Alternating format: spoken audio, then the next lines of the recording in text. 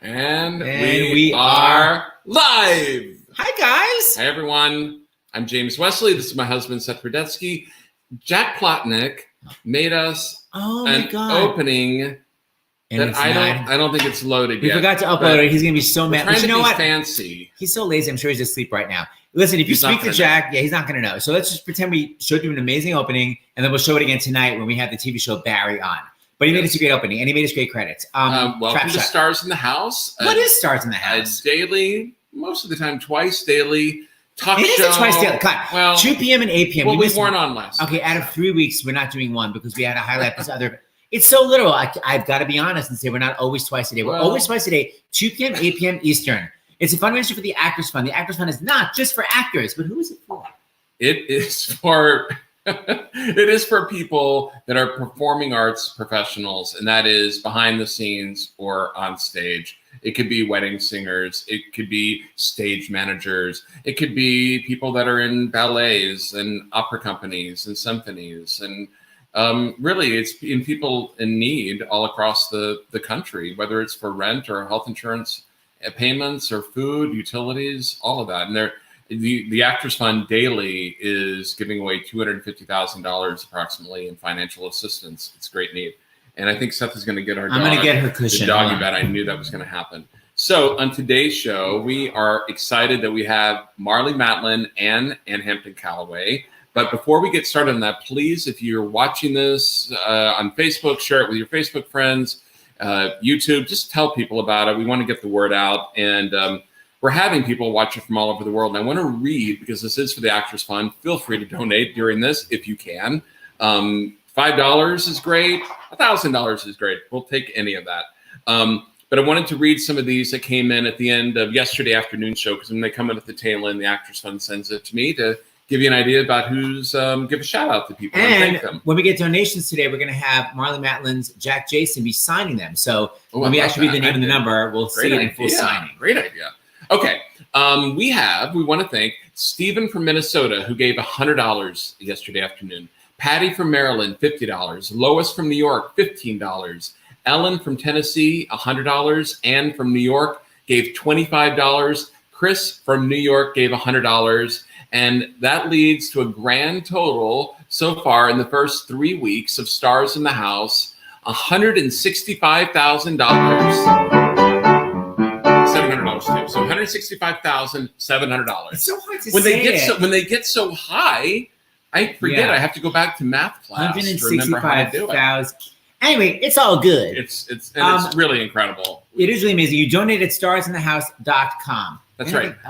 We wanted to tell people Dr. LaPook is treating patients this week during the day. So he's going to be joining us tonight and every night, but he won't be with us during the day. I'll be giving the medical advice. No, you will not. No, you will not. Dare you? You could tell everyone to wash their hands, Seth. Well, as your mother would say, wash your hands. She's from Texas. Jesus. Okay, my mom is out there tending to the raspberry bush, and the door is open because it's a beautiful day. But she literally says wash. And she literally just yelled back at Seth to not make fun of her Texas accent. So Seth, you want to have the door open? That's what's going to happen. Y'all have to wash your hands. That's right. Anywho. I say we bring on our guest, Oscar winner Marlee Matlin, and her friend and interpreter, Jack Jason. 1, 2, 3, go. Hi, everyone. Hi. Hi. Let's first say that Marlee looks adorable and she seems completely focused and businesslike. But if we go to this view, we can see that her office is maybe not as clean as So what's all that?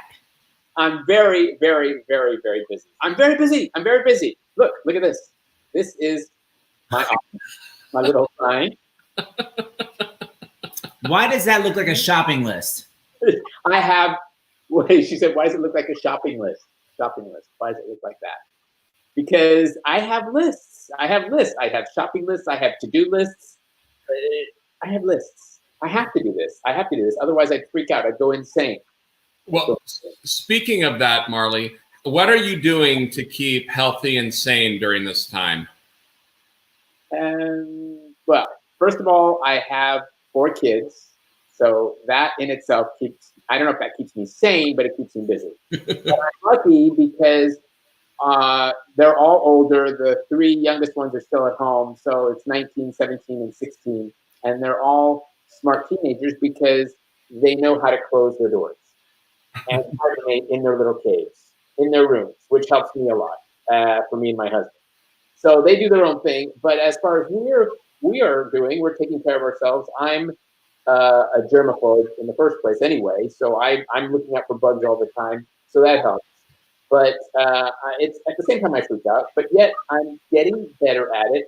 I'm connecting with a lot of people out there. I'm making old friends and new friends online. I'm talking a lot.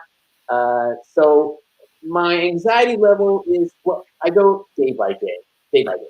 The best way, and this is the best way to do it. I mean, just take it one day at a time. You know, we have a daughter who's 19, and and we were talking about this last night, and I said, you know what? If you have more good days than bad days in a week, you're doing great, because every day is going to be up and down. Exactly. I mean, what? Yes, Seth, were you going to say something, Seth? No. I was going to. I saw your mouth ready to say something like that. I was going to agree with him. I was just going to ask Marlee, are you like having to homeschool your kids, or they thank God doing everything themselves? This one is on her own. She's working. She's 24 years old. But this one, not so much. He came home from his first year of college, and he's not a happy boy. And for the first 3 days when he got home, he sort of detoxed, if you want to put it that way. Party boy. And so I checked that out as he was detoxing. It was fine. I'm being a little bit silly. And yes, he's in Boston for school. He's at Emerson College. And then the youngest 2, they're just online. I don't have to teach. I don't have to homeschool them, thank goodness, because I'd be the worst teacher in the whole world. I would take too many breaks, too many recess breaks. That's what I would do. But you'd have so many lists. For me, all for me. It's all about me, okay? It's all about me. That's what it's all about. Were you a good student when you were a kid? No. Okay. By the way, I'm so nervous about Jack getting tendinitis. I've literally never spoken this slowly in my life. I'm trying so hard not to speak fast because of possible arthritis and tendinitis issues. Go as fast as you want. Go 500 miles per hour and Jack's really that good. He's the best in the world. He really, really is amazing, as skilled as an interpreter, and he loves what he's saying about himself right at this very moment. Me complimenting him, complimenting himself. How did you two meet, and how long ago? Well, we met in New York City right after I did Children of a Lesser God, which was my first film, 34 years ago. And we met because I needed an interpreter to show me around New York City. I'm being from Chicago. I was born and raised in Chicago. So I had no idea what New York City was about. And there were other reasons, but he showed me around and we became friends and have been working together ever since. Wow. It's a long time. And Jack, how come you know so much about sign language? Why is that your thing? I saw a book at Barnes & Noble and I just picked it up. No, I'm kidding. What did you say, Marlee? Do you want me to interpret for Jack as Jack is speaking for himself? Yes, please. But my mom and dad are deaf. They're now 96 and 90, and they're sheltering in place up in the San Francisco Bay Area. But I learned sign language as my first language, and then English is my second language. And then I met Marlee when I was at NYU, and because she needed an interpreter, and then I've met ever since. So I run her production company. Jack, Marlee and Jack, in 1989, I worked for the National Captioning Institute and did captioning. And you were the national spokesperson, I think, right? I was exactly right. I started that with the National Captioning Institute a long time ago because, they're not around any longer, but as far as I know, I started this group called the Friends of NCI, and we had a lot of entertainment on board producers, directors to support the idea, which at the time wasn't around, closed captioning. And it was, I mean, you can see now more on television, which I helped pass the bill that made sure that all televisions were mandated to have the chip inside that allows the TVs to be closed captioned. But you know, I'm still fighting for closed captioning. I'm still fighting for open captioning. I'm still fighting for captions in theaters. As far as theater in New York City goes, let's talk about theater in New York City. There used to be interpreters on stages, and I loved watching them sign shows. There were so many interpreted shows in New York City, and you'd see lots of Broadway shows, you'd see lots of off-Broadway shows. And now, for some reason, they've reduced interpreters, and now what they're doing is a system called Gala Pro, and it's where you have like you hold it's an app on your phone or it's an iPad, where the theater provides like a holder for your phone, and you can watch the captions. There are pluses and minuses to it. I, as a theater goer, would prefer to watch the captions if I wanted to know exactly every single word in the show, because I want to know that.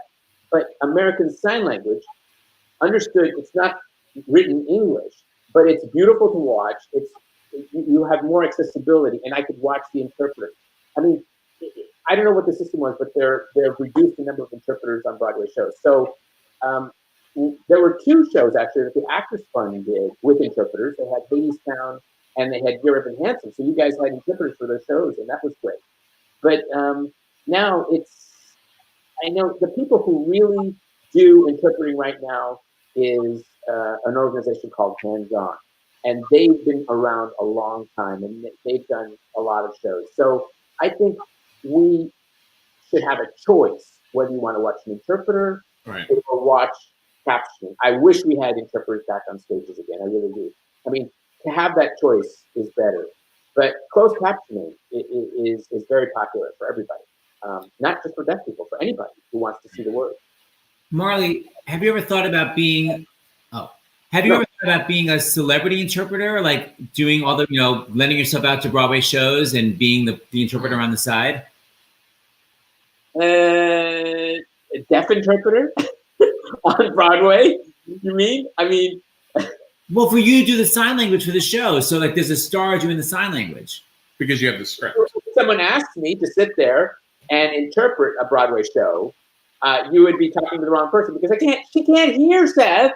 How's she going to interpret? Okay, Jack, you read the script and then you actually interpret what you're reading.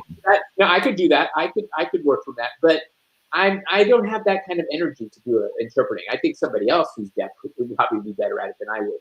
They're called CDIs, Certified Deaf Interpreters, and they work in theaters and but no, I would break my hands. I can't. I'm not that. 2 hours.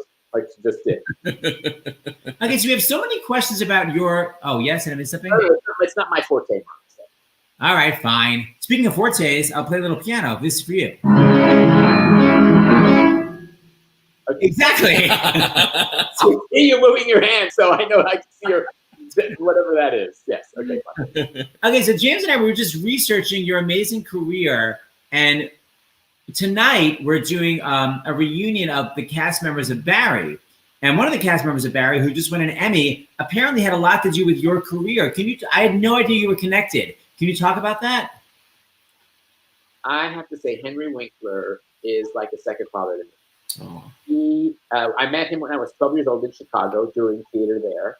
And we had a sort of a benefit, and I heard that the most famous person in America was paying us a visit to our little theater, and it was Henry Winkler, because, I mean, who didn't know who Henry Winkler was at the time? He was the Fonz. He was the most famous person. He's still very famous. And I had an agenda. I had a plan. I wanted to go up to him on my own, and once our show was over, I went right up to him, and I said, "Hi, I'm Marlee, and I want to be an actor in Hollywood just like you." And he looked at me and said, "Sure." And ever since then, he's been there as my mentor since I was 12 years old. I'm 54 now. That's how long we've known each other. And you can see our picture here on. I'm going to show you something here. Here we are. together. Reflect. He is one of a kind. He's one of a kind, and I have kept in touch with him all those years. He's given me a great deal of advice. He's been my mentor. I got married at his house.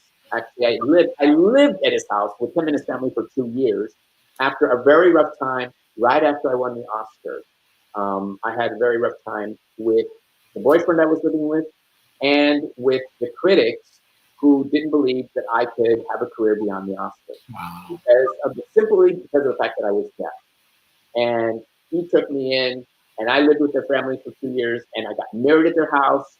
And I mean, how's that for a history book? What do you think of that? Wow. Here's a little picture of the two of you looking adorable. Look how sweet. That's so nice. So what can you think of in terms of how did he specifically help you? Was he able to introduce you to agents, auditions? Well, first of all, he believed in me. Secondly, he never said, no, you can't do something. Whatever I said I want to do, he's always one who said, look, you have to work for it. You have to believe in yourself. And if things don't go your way, there are other paths to take. You know, the way that mentors talk to people. He made it so easy to ask for advice. And yet he was never easy on me too, but he always said, you got to try. You have to try. Whatever it is, the dream that you have, whatever goal that you have, whatever desires that you have, just go for it. And he was always there to hold my hand and offer advice for the longest time. And then at the right point, he let me go and experience the path on my own or whatever it may be. And he's just always there. And his wife, Stacy, I mean, I want to be her when I grow up. I really want to be Stacy Winkler when I grow up. Sweet. She is fierce. She is one of a kind. And I look up to her.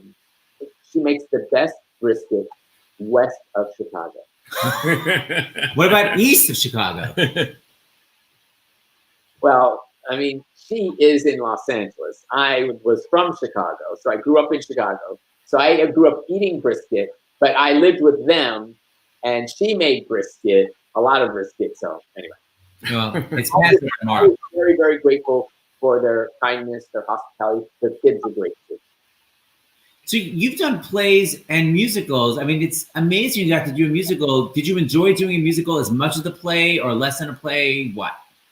I grew up, I started acting when I was 7 years old, and it was at a place called the Center on Deafness in Chicago. And what they did is they did lots of plays, or we did like The Wizard of Oz, we did Mary Poppins, we did Peter Pan, we did Pinocchio, we did shows like that, Disney movies, whatever it was that had music in it. But music was very, very much a part of who I was. It was a huge part of my life. And I've always loved music, even though I'm deaf, because I can feel it and I can easily learn with my hearing aids lyrics. That's how it works for me. And I love Billy Joel. And I can hear and sign and have signed his music. Don't tell anybody I can actually hear. Everybody who's watching, everybody, the whole world who's watching right now, don't tell people I can hear this. But anyway, I mean, Seth, you could play a Billy Joel song someday for me, and I could sign it for you. It's like,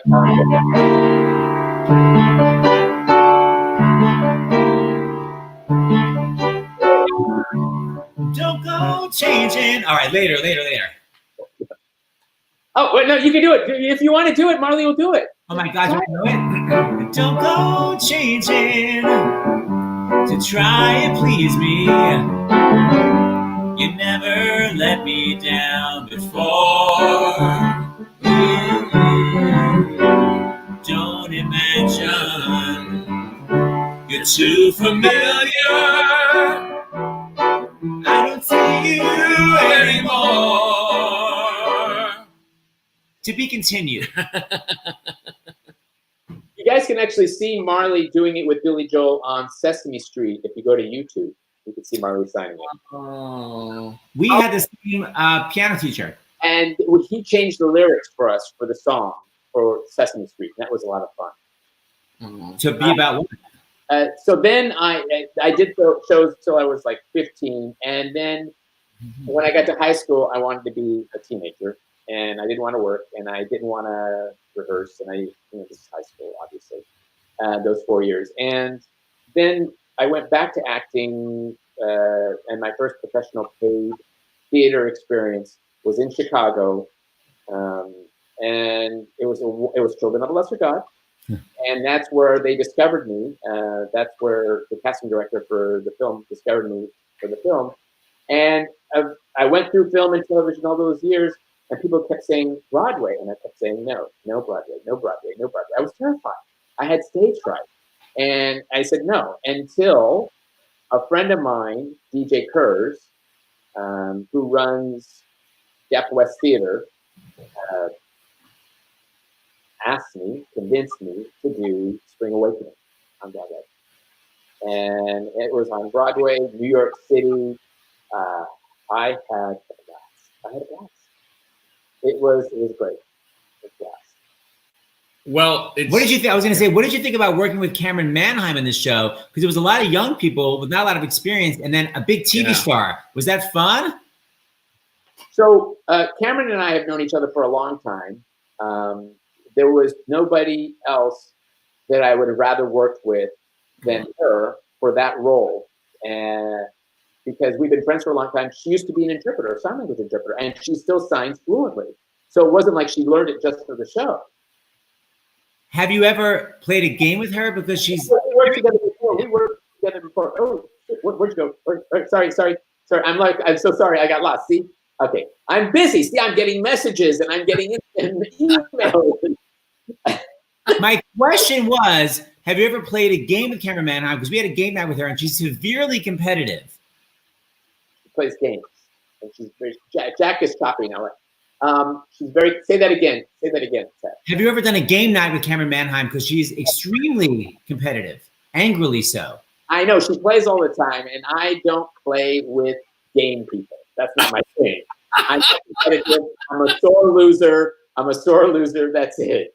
Well, why don't you just hear? You can tell her yourself. Please welcome Camryn Manheim. Hey! Wait. You didn't say you don't play with gay people, did you? Because without gay people, there are no games. They're the best. Exactly right. True. Camryn, you are very fiercely competitive. I'm so intimidated. You have to win. It's your thing. You have to win. How is that fun for the other players? I like it. Oh yeah, for sure. It is so much fun. I don't play for money. I play for honor. And if you are in the game and you care about winning, we're gonna have fun. No. Your nose is growing as you're speaking right now.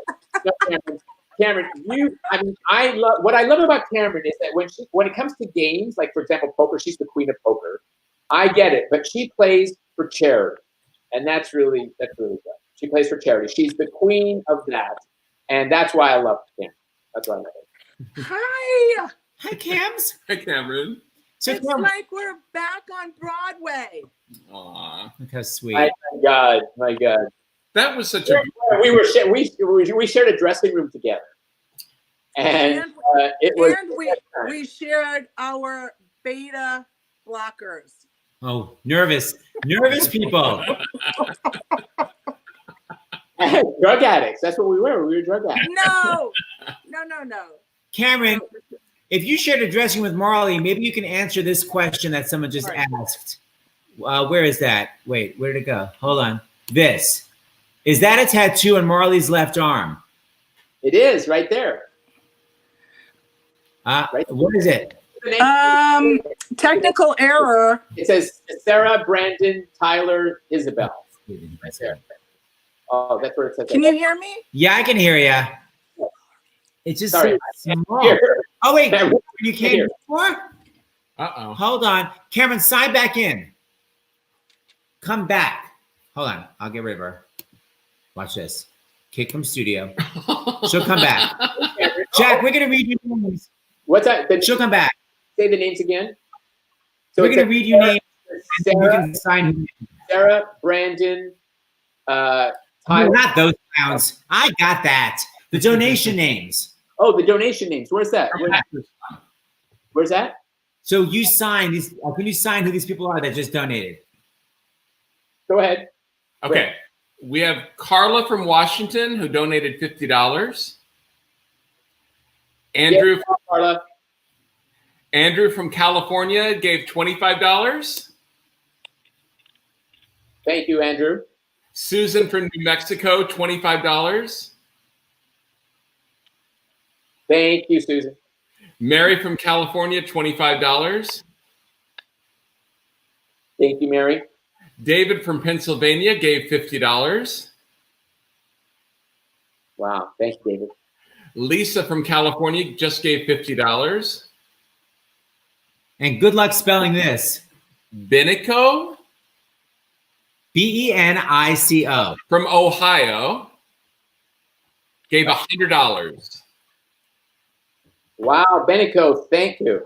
Thank you. Thank you. So Camryn, can you see or talk anymore? Yes, now I can. I don't know if something happened. It's what happened. So Cam, tell us a story about Marlee that maybe not everybody knows besides the drug addiction.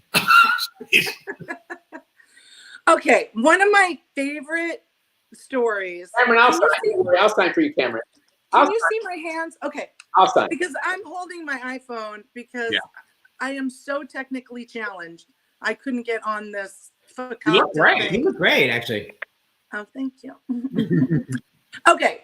One of my favorite stories was the first week, the first day we got into the theater. It was clear Marlee and I were going to share a room together, and we get in there and she turns off the air conditioner. This is mid-August. She turns off the air conditioner and she looks at me and she says, she signs, "I'm just going to tell you now, I'm always cold." And she looked at me like, right now is going to determine whether or not we're going to be good Broadway roommates. And I looked and I knew I had this one moment in time to just smack her down. And I looked at her, she goes, "Yeah, I'm always cold." And she turns it off. And I looked at her and I go, "Girl, you're going to have to buy a sweater." And she laughed so hard. And I knew we were going to be okay. But there was that one moment where I would be like, if I would have said, "Oh no, okay," there would have been no air conditioning in that room the entire summer. I had that 1 second to go, you know what you can do with your always cold? Go buy yourself a sweater at Fridays. That's what we got along. That's good. I had about 20 sweaters hanging in the dressing room. And actually, I bought her a sweater. Hey, look at some of these comments that just came in. Oh my God, how does anyone see? I need glasses. Oh my God, today's the best episode. Marlee Matlin and Camryn Manheim. My day just went from okay to That's so sweet. most crazy day ever. I love Tracy. She's my favorite.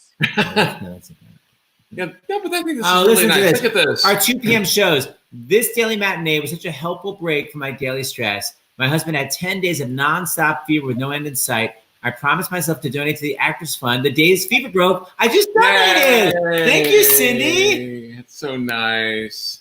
Oh, this is so great. Hey, I hope your husband's okay, Cindy. Oh, yeah. And by the way, one more. I saw Spring Awakening on Broadway. You were all great. Camryn, you were so busy overacting. Oh, acting, voicing. Michelle, I know you did not say that. It's just, you know. That's my interpretation. I know. I'm trying to find glasses so I can read these. Thank you so much. And thank you to James and Seth for doing this, because I often think actors are overlooked. Hey, Camryn, are you going? Are you like leave taking? Are you busy? Are you going someplace? You're going to go shoot something? Is that what? Are you leaving now? Or are you just saying thank you? No, I'm just showing my appreciation for what you're doing, because, you know, in these times when everyone is having to stay at home and do the right thing by taking care of our healthcare workers, it's actors who are giving people some entertainment and enjoyment. And I think people feel that actors are always super flush and have a ton of money, and that is just not true. For the majority of working actors, they work week by week, episode by episode, and it is so kind of you to donate to these families who are also struggling, but also bringing you so much happiness and relief right now. Cam, you're the best. You know, Cam, we're going to have some TV show reunions. You need to come back with a little TV show reunion if you get my trip. It's already called The Practice. Oh, exactly. We want everyone together. So we're going to schedule that. Marlee and I again, because we were on the practice together. Or did you just say that and I didn't hear you because I'm old? And I was promoting for Marlee and for Camryn. Max said it, but also you're getting older, Camryn. All right. So, what Marlee said anyway. Okay. All right. So I guess we have to go to our next guest. So we're saying goodbye to you three clowns who we love. Oh, Marlee's going to cry. You're going to come back. You're going to come back. Surprise guest of Camryn. Thank you both so much. Thank you, James and Seth, for doing this. This is great. And donating to the Actors Fund. And it's really, really been a pleasure for everybody. And thank you, and I appreciate everyone who's donated. Thank you for putting us on your list. Thank you. Thank you so much, everybody. Great to see you, Marlee and Jack and James and Seth. Bye-bye. Love you. I'm terrified of you, Seth. I don't know what you're going to say about me after I'm gone. I'm going to be nice. Just watch this. Click. Bye. Bye, Jack. Bye, Marles. Bye. Thank you. They're all so nice. That was so fun. Oh, my gosh. So now I'm very excited. Yes. Bringing on one of my musical idols. Oh, there's Camryn still sassing. Really? Camryn, are you going to follow me the whole damn time? Yeah, now I'm going to follow you and make sure that you don't, Sass? diss me backstage. Okay. You can keep on. She's scary. All right, here's one of the most amazing musical mavens ever. The talent level is unbelievable. Yes, it is. Sadly, she's left New York. We're devastated over that. But at least she's with us now. We can keep in touch this way. Please welcome the brilliant Anne Hampton Callaway. Hello. How are you guys? Where is your beautiful Where are you? house located? It's in the foothills of Tucson, Arizona, and it's a beautiful day here in Tucson. Just a few clouds in the sky, and it's sunny and about 70 degrees. So it's a nice little sanctuary for me. Nice. And do you do all your composing in this room, or do you have separate rooms?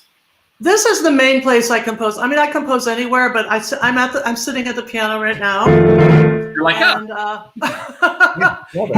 look out of my window, and it's the most spectacular view. I've never had a home like this before, and it's very special. It's weird because I haven't been home for this long ever since we moved here, and it's really nice to be able to, and not the greatest circumstances, obviously, but it's nice to be able to just be in one place and connect with our cats and our even though it's online, it's just nice to have some time to think and feel and process all this. Yeah, people have been saying like Mother Nature is giving us a time out, and that's kind of what it feels like in a good way. Yeah, I totally agree. Yeah.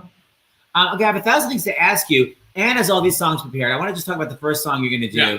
Because I know you dreamed about being on Broadway when you were younger. Then I feel you kind of went a different path, and you were singer, songwriter, performer. But then you somehow got onto Broadway. How did you get into swing? Well, it's a story I love telling. Now, I wanted to be on Broadway for a long time when I moved from Chicago to New York. And by the way, I love that you had Matlin on, who's also from Chicago. So it's a good Chicago show today. Mm-hmm. But I was 5'10" and worth the climb, of course. And they didn't really know what to do with me. I wasn't an ingenue type like my sister Liz, who did so well right from the start. So one day, flash forward many years after I couldn't get anybody to think of me in a Broadway show, they had this idea to do a show called Swing. And they thought, let's get an Anne Hampton Callaway type. So they went for six months. They looked for somebody like me. And then finally somebody had the great idea, maybe we should actually call Anne Hampton Callaway. So so then I met with Lynn Taylor Corbett and the producers, and we talked, and there it was, my dream come true, getting not only to star in a Broadway show, but getting to help write songs, rewrite, add songs for novelty moments. And it was an extraordinary experience, and it really helped me grow a lot as a singer and as an artist. I mean, you were playing piano, you were singing, and then your very first Broadway show, you also wound up getting a Tony nomination. How did you find out you got a Tony nomination? My publicist called me, and I yelled at him and I said, stop. I couldn't believe it. I was just stunned, and I was like, that's not funny. And then I really remember just crying when I heard the words, because I just thought that was one of those dreams that wasn't going to come true for me. And it's to this day one of my favorite moments of just thinking, when you go beyond the threshold of what you think is possible. And I've had a lot of moments like that in my life where many, many years after dreaming something, it finally comes true. So don't give up out there. It's everything is possible. And I was going to say, in P.S., you need to come back to Broadway. But I'd love you to do the song that kind of put you on the map Broadway-wise, that you played the piano and you sassafrased. All right. Well, this is by the great Harold Arlen and Johnny Mercer, and I dedicate it today to all the single and bitter people. Oh, perfect.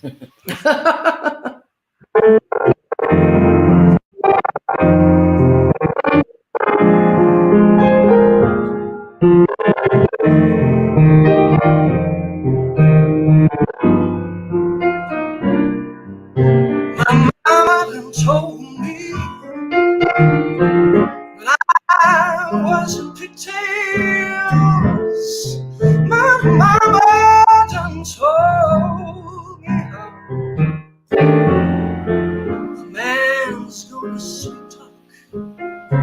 He's gonna give you the big eye. But when the sweet talking's done, a man is a two-face, a worrisome thing who'll leave you to sing the blues in the night. From Memphis to Mobile, from Memphis to St. Joe, wherever the four winds blow. I have been in some big towns, and I've heard me some big talk. But there is one thing I know: a man is a two-face, a worrisome thing who'll leave you to sing the blues in the night. Now the rains are falling, hear that rain calling. Ooh-wee. Mama done told me, hear that whistle blowing across the trestle. Ooh-wee. Mama done told me, ah-wee, ah-wee, oh, kitty clacks, echoing back the blues in the night. The evening breeze will start the trees to crying, and the moon will hide her lights. When you get the blues in the night, take my word, the mockingbird will sing the saddest kind of song. He knows things are wrong, and he's right.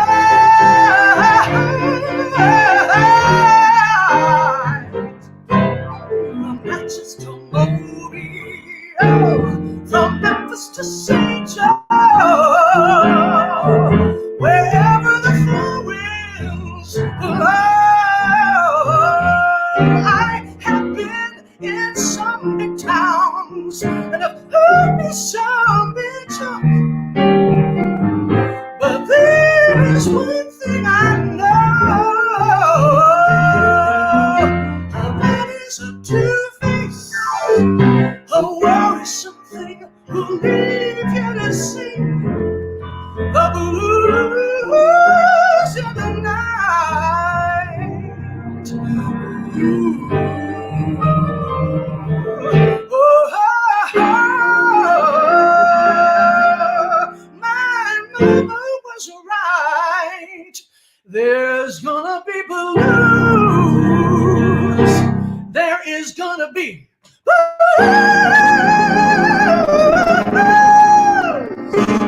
in the night.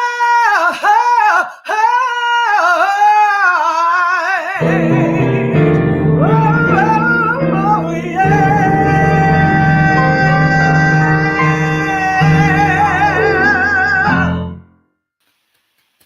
And the riffs are so amazing.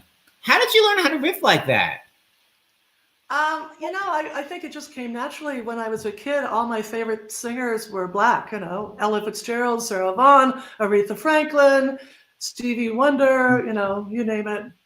It's so clear. You do everything. Having the name Anne Hampton Callaway, I was born with that name. I think spiritually, I am the love child of Lionel Hampton and Cab Calloway.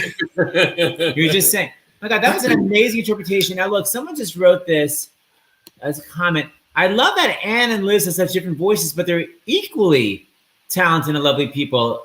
Do you agree with that? Your sister? I think she's lovelier. And, I think we're very lucky that we are so different to be in the same career, because it would be really hard to, if one of us was doing really well and the other one wasn't. But we have not only been blessed with talents from our mom and our dad, but we also have an amazing friendship. And I think our supportiveness through the years has really been a boon to us growing and developing our talents and our sense of joy and love for what we do. And I feel really lucky that, Liz and I are so different. I think of her voice as sunlit, and my voice is moonlit, and together we make twilight. Here's the deal. I don't know if you know, but Liz says about me that she calls me the brother that she never wanted. So we have a different relationship. The hostile love can be a very, charming quality. Well, we think it's important that you keep in touch with your sister Liz. So just here to say hello is none other than. Yay! Hello, my sister. Hello, my sister. This is my latest solo CD. Liz, what are you doing? Oh, Anne. Boom. Ba-da-da-ba-ba. Okay, just FYI, we were literally sound checking with Liz and talking to her right when you checked in. Did you see her? I didn't see her. I saw Liz Calvin, and I thought, oh my God, is it really going to happen? So, hi, my sister. I want you to know I didn't know I was doing this until 1:30 when Seth texted me. I was still in my pajamas.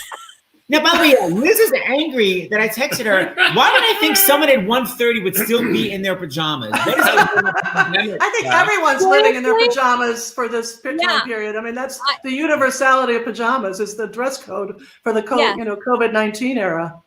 Thank you, my sister. By the way, I love, Liz, that you're sitting in front of your Hirschfeld. That's really cool. Oh, this? And and you're. Very nice. Yeah, I couldn't resist. So anyway, Anne, I just want to say, funny. You sounded so incredible at, you call it Diva O'Clock, hearing you. That's right. It's like not even noon yet where you are, right? Or is it what time? Right. 12:30 there? Wow. Yeah, something like that. Yeah. No, it was. I love that you started me out with that song. But actually, you know what, Anne, this actually is inspiring to me because I'm just remembering now, you went through that period where your voice was gone. You sound amazing. So I think it's really great for singers to know. What was that story and how it came back perfect, your voice? So what happened? It's an amazing story. I was singing 10 shows at Birdland of my tribute to Ella Fitzgerald for her centennial. And I got really sick with bronchitis. And, we always say in show business, the show must go on. So I called my doctor and I said, I'm going to need some steroids. I'm going to need, antibiotics. I got to do these shows. And, well, I was coughing like I've never coughed in my life. And then one day, my voice just felt like this is not who I am. On the worst day of my life, what is going on? And so I was talking to you and I was like, that doesn't sound like you. So I went to my local doctor and he's like, just do this and just do that and you'll be fine. And Liz, thank you so much for being such a loving sister, said, you know what? This is really serious. You should see a top doctor. Let me see if the Actors Fund could connect us with a really great doctor right away. And they did. And they did. Yeah, I got an amazing doctor. He did things, he knew things that the other doctor had no idea about. And he diagnosed me with something I'd never heard of called a vocal ulceration. And so I had to be silent for 2 months, which, as Liz would know, is a really big thing. But what was really weird was he was so great to me. He told me exactly what to do, and I had followed his instructions religiously. When it was all over and I got through, the pretty much the first part of the healing process where, okay, I'm going to be okay. He told me he wasn't sure I'd ever be able to sing again. So I get really, pretty emotional about the thought of that. And so I would like to thank my sister and Actors Fund for stepping in and saving my life and my career and the thing I love most to do. So that's a pretty big thing. The great Broadway diva, Anastasia Barzee, would like to know, who was the doctor? You're allowed to say? I'm having a moment of Jazzheimer's. I have my phone nearby. I will look it up and tell you because that's so funny. Let me see. Well, Anne's looking that up. I mean, that's why we're and the Actors Fund also helped our mom at a very difficult time. And they do so much for so many people. As you said, not just performers behind the scenes, all around the country, everyone involved. And so everyone who is donating during this difficult time, it's so moving to see how many people, even $5, $10, everything is so helpful. Yes. Liz, why don't you read? We just texted you some names of people that just donated. Look at your phone. Perfect. Do it. Oh God, wait. No problem. What's my code? Oh God. Okay. Should I read the list? I just texted Liz a sampling of donors during this hour. So Liz, go ahead and read them. Okay, we have Janet from Virginia, $100. Farron from New York, $50. Mary from California, $50. Jeff from New York, $50. Michael from New York, $50. Keith from Virginia, $100. Lori from California, $100. Teresa from Montana, $25. Wow. Thank you so much, everyone. Listen, your voice is so soothing to listen to. Why, thank you. That's the nicest thing you've ever said to me, Seth. The content. When I speak, I like to think of mixing as I speak. Gosh. And who was the damn doctor? Do we know yet? No, I can't believe it. I can't find it. My contacts are totally screwed up. I'll announce it tonight. Just text Liz, do you remember what hospital it was that he was at? Mount Sinai? I don't remember. We'll find out and we'll announce it tonight. In New York? Yeah. Okay. I will let you know. Thank you. Second of all, we brought Liz on the show, not just for social connection, but also to ditch. Liz, how is your sister? Give us an annoying Anne story. Oh, well, gosh. Actually, I have to say that Anne, for the most part, is really, really a wonderful, nice sister, much nicer than me. But when we were, I remember when we were growing up, she dared me to eat a stick of butter, and I did, and it did not end well. Right, Anne? Didn't you do that? Yeah, it was pretty bad. And then didn't I tell you that you had to have a cup of sugar too? Yeah, probably. But then again, you told me that I tried to stab you with my brownie jackknife, which is a lie. Yeah. No, you definitely did. Yeah. But I won in our popsicle eating contest, and you never paid me the millions of dollars. So I'm still waiting, Liz. And this would be such a great time to have a little financial backing from you. Well, I would do that. But if I did have the funds to pay you back for all the popsicle eating contests I lost, I would donate it to the Actors Fund. Good ass kiss. Such a giver. So, Anne, I want to say two things. We're now doing Variety Thursday. Like we had a magician. Really? We have a lot of specialty acts. So we actually want you to come back to create your song. So that's going to be on our Variety Thursday. But we want you to do your song that the Barbara song. The Barbara song that I just heard Anne, that I heard Liz singing in a car. Narrowly avoiding many accidents. So I'd love you to do that. And actually, can I say something about this? This is at the same time that Barbara Streisand recorded, that Anne wrote. Liz, you dropped a name. Let me pick it up. Anne also has a gorgeous recording herself of it. But what a lot of people don't know, and I just was remembering this, in our original show, Sibling Revelry, we sang this in our show all those years ago. But when we did the album, we left it off purposely because you had this dream of Barbra Streisand recording that song. And so we didn't put it on Sibling Revelry. And it's like you put it out there in the universe, and then she did record it. So, and she actually recorded her final vocal 10 years to the date that I wrote the song. So, man. Did you, when you left off the album, did you have any connection to Barbra in the first place? I was trying in various ways to get it to her. No, I just felt in my gut that it was going to happen. And literally, if I were to write a list of all the mischievous ways that I tried to get it to her, it would be astounding. And Liza Minnelli had done it, and Patti LuPone had done it on a TV special, and all these people wanted to release it, and I said no. And I just felt like, this is Barbra's song. And I'm really glad I did, because 6 million people got to hear it, her recording, the first person to put it out there in the world. And thank you so much, Barbra Streisand. I love your work. You're so talented. Oh my God. Wait, how did you finally get to her? Yeah. Well, my dear friend Amanda McBroom was in a meeting with Jay Landers, who's Barbra's A&R guy, and he was looking for sort of spiritual, uplifting songs for her record called Higher Ground. Right. And so she said, "Oh, you should meet my friend Hampton Callaway. I think she has a song that she literally wanted Barbra to sing." So I had a meeting with Jay, and I played him the song. We had a nice talk, and he said, "Well, are you willing to do any rewrites? Because Barbra might want a few." I said, whatever it takes, this is my dream come true. I think it would be an amazing thing. So 150 rewrites later, or give or take.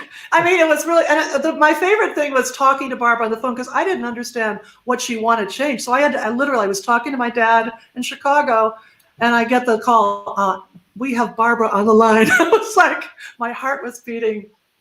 And I tried to act so mature and calm, but I mean, you can imagine talking to Barbra Streisand on your phone. And I remember her saying, "Anne, what I really want you to do is write something simple but profound. Simple that you understand it immediately, but so profound that every time you hear it, you hear something new." So thank you, Barbra. Wow. It's changed my life as a songwriter, actually. Do you remember something that the first way it was, and then the way that she had you change it to? The bridge. And, I still sing some of my original lyrics. And Liz, I think you sang some of the original lyrics too. Yeah. Of that recently, I did your original lyric, actually. Yeah. And she changed the melody a little bit because she felt more comfortable, but I like to do it. And so, would you like me to do it? Yes, ma'am. Yes. Liz, I've never been happier to say goodbye. Aww. No, I love you, my sister. Yay. We'll come back if you like. All right, Anne, we're watching you. All righty. And I want to send this out to everybody around the world who's watching. We're in this together.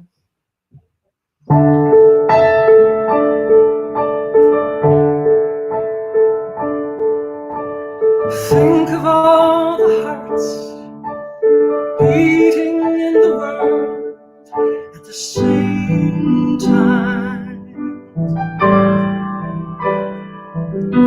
Think of all the faces telling stories of our lives at the same time. Think of all the eyes looking out into this world, trying to make some sense of what we see. Think of all the ways we have of seeing. Think of all the ways there are of being. Think of all the children born into this world at the same time. Feel your love surround them through the years they'll need to grow at the same time.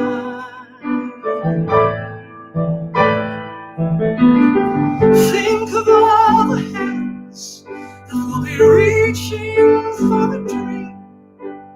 And think of all the dreams that could come true. If the hands we're reaching with could come together, join between me and you.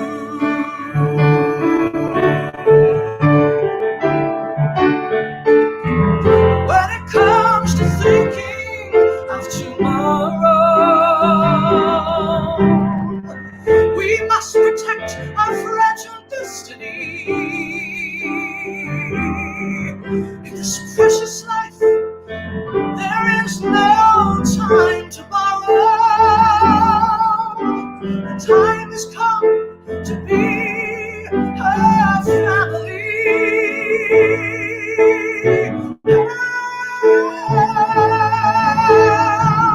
Think of all the love that is pouring from our hearts at the same time. Think of all the lights our love can shine around this world at the same time.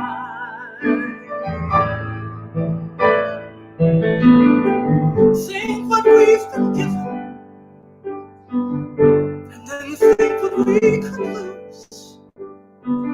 All of life is in our trembling hands.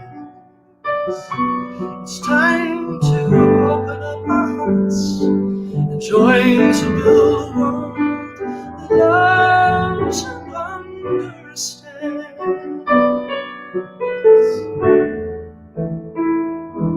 It helps to think of all the hearts beating in the world, and hope for all the hearts beating in the world.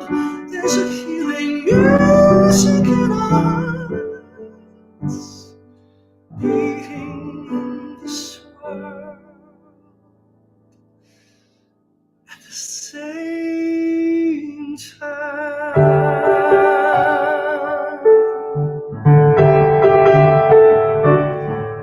At the same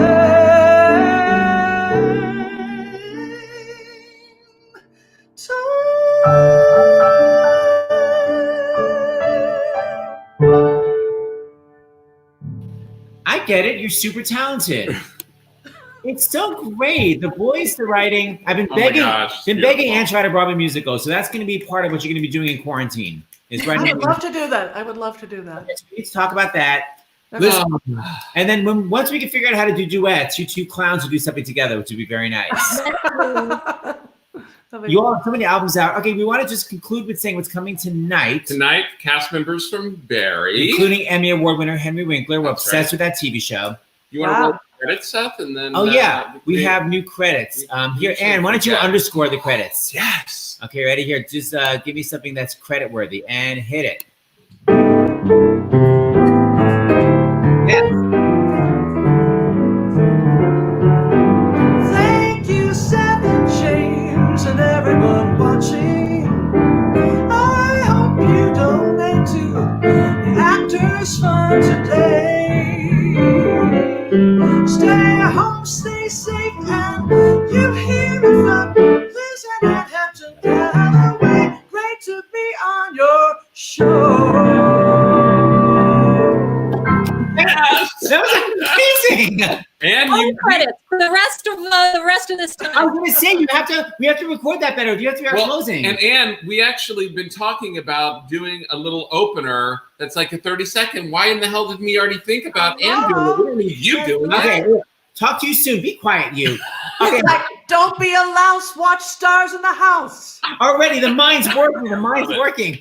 Okay, so watch Barry tonight. You guys, you're all going to come back as usual. Anything else we have to say? I think that's it. And we can show little Mandy who's sleeping. We don't want to bring in all the other dogs, so we're going to.